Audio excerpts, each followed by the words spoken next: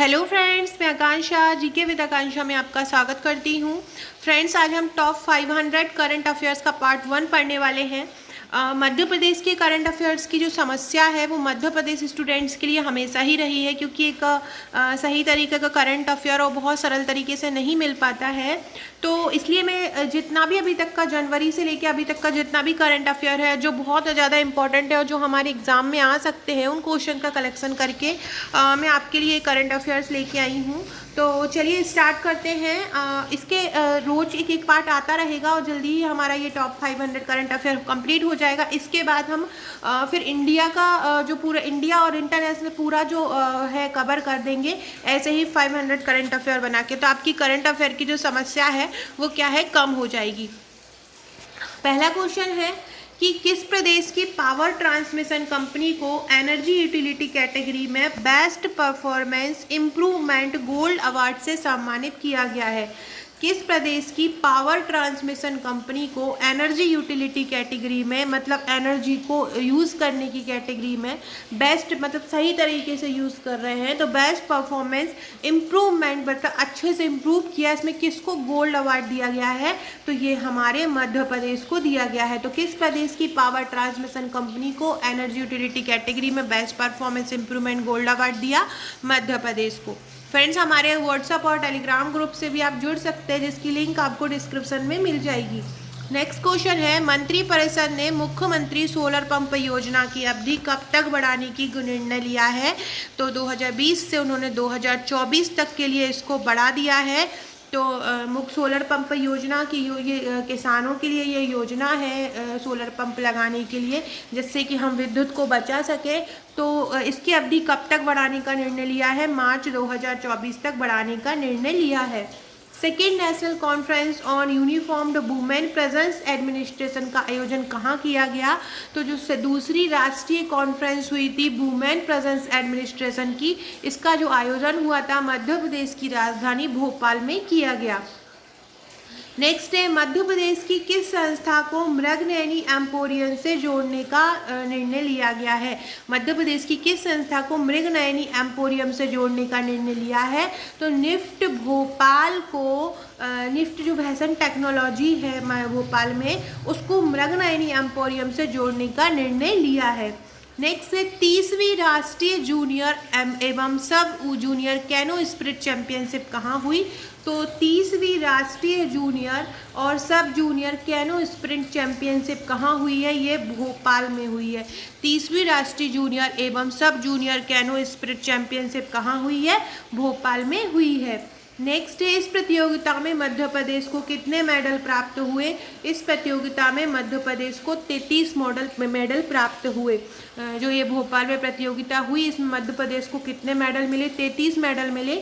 इसमें से 9 स्वर्ण मिले, 9 गोल्ड मिले, 15 रजत मतलब सिल्वर मिले और 9 कांस्य ब्रॉन्ज मिले। तो 9 स्वर्ण, 15 रजत और 9 कांस्य के साथ 33 मेडल के साथ मध्य प्रदेश को ये मेडल प्राप्त हुए। कहाँ हुई थी ये? भोपाल में हुई थी। नेक्स्ट है, मध्य प्रदेश के पहले चरण में कितने आंगनवाड़ी केंद्रों में बाल शिक्षा केंद्र शुरू किए गए हैं? तो मध्य प्रदेश के पहले चरण में 133 केंद्रों में 33 आंगनवाड़ी केंद्रों में बाल शिक्षा केंद्र शुरू किए गए हैं। पहले चरण में कितने में शुरू किए गए हैं? 133 केंद्रों में शुरू किए गए हैं। नेक्स्ट है, all India inter university women championship boxing की कहाँ हुई है? तो मेरठ में हुई है। All India inter university women championship boxing की कहाँ पे हुई है? मेरठ में हुई है। नेक्स्ट है, इस वुमेन बॉक्सिंग चैंपियनशिप में मध्य प्रदेश के किस खिलाड़ी ने पदक जीतकर मध्य प्रदेश का गौरव बढ़ाया? तो ये जो चैंपियनशिप हुई थी और all India inter university women championship, ये मेरठ में हुई थी, याद रखिएगा, यूपी के। और इसमें मध्य प्रदेश की दिव्या पवार ने 64 किलोग्राम भार में स्वर्ण पदक जीता और दीपा कुमारी ने 51 किलोग्राम भार में रजत पदक जीता।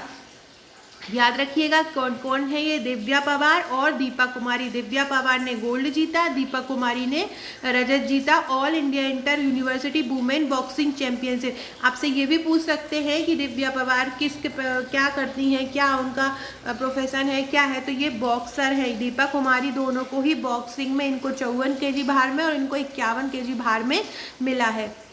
नेक्स्ट है जूनियर राष्ट्रीय घुड़सवारी चैंपियनशिप कहाँ हुई, इसमें मध्य प्रदेश के कितने पदक जीते। तो जूनियर राष्ट्रीय घुड़सवारी चैंपियनशिप बेंगलुरु में हुई है और मध्य प्रदेश को 13 पदक मिले, 7 स्वर्ण मिले, 3 रजत मिले और 3 कांस्य मिले। तो 7 स्वर्ण, 3 रजत, 3 कांस्य मिले।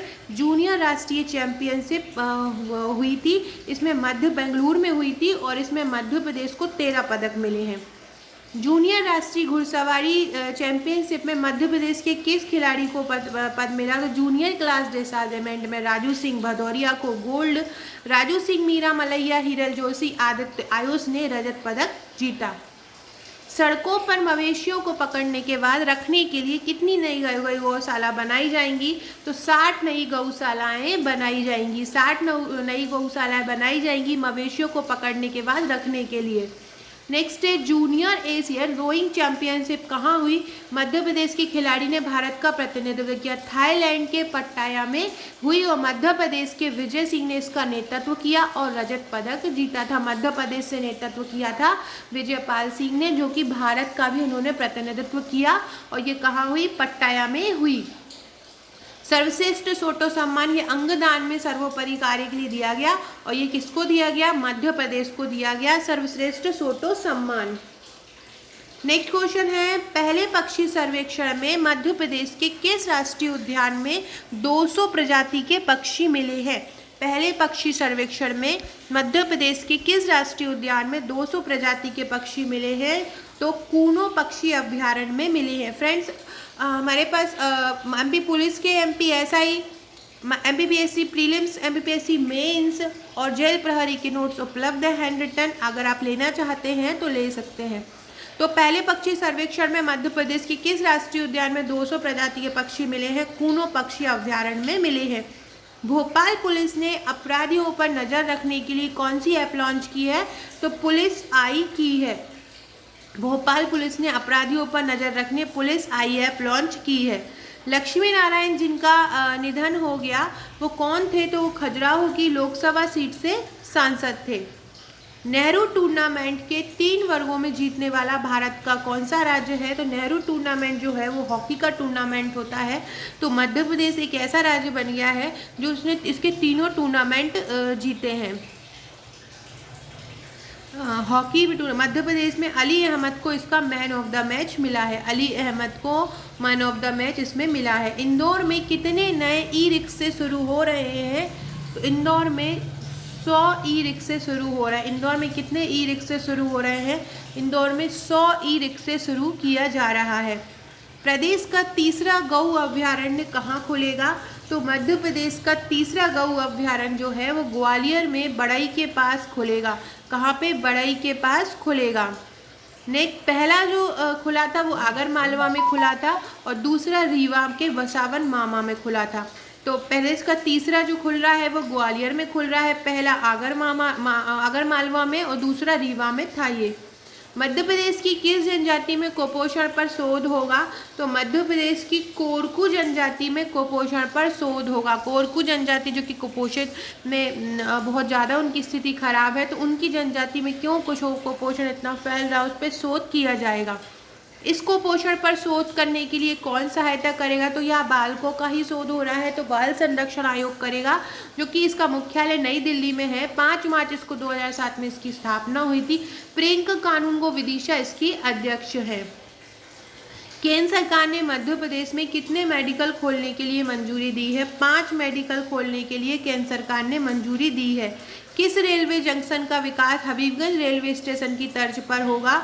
तो PP मॉडल पर खंडवा रेलवे जो है उसका जो निर्माण है वो हबीबगंज रेलवे स्टेशन की तर्ज पर होगा। नेक्स्ट है भोपाल गैस त्रासदी की अभी हाल ही में किस क्रम की वर्षी हुई है। तो भोपाल गैस त्रासदी की अभी 35वीं वर्षी हुई है। मध्य प्रदेश के कितने हस्तियों को पद्मश्री दिया गया है। 4 लोगों को दिया गया है। देखते हैं कौन कौन को। एक इंदौर के समाज सेवी हैं नेमनाथ जैन। उज्जैन में जन्मे कथक गुरु दादीज। कला संस्कृति में योगदान के लिए डॉक्टर लीला जोशी रतलाम स्त्री विशेषज्ञ हैं और अब्दुल जब्बार इनको समाज सेवा के लिए दिया गया। इस प्रकार इन चारों को पद्मश्री अवार्ड दिया गया। ई प्रेजेंट कार्यक्रम प्रदेश सरकार ने राज्य के कितने जिलों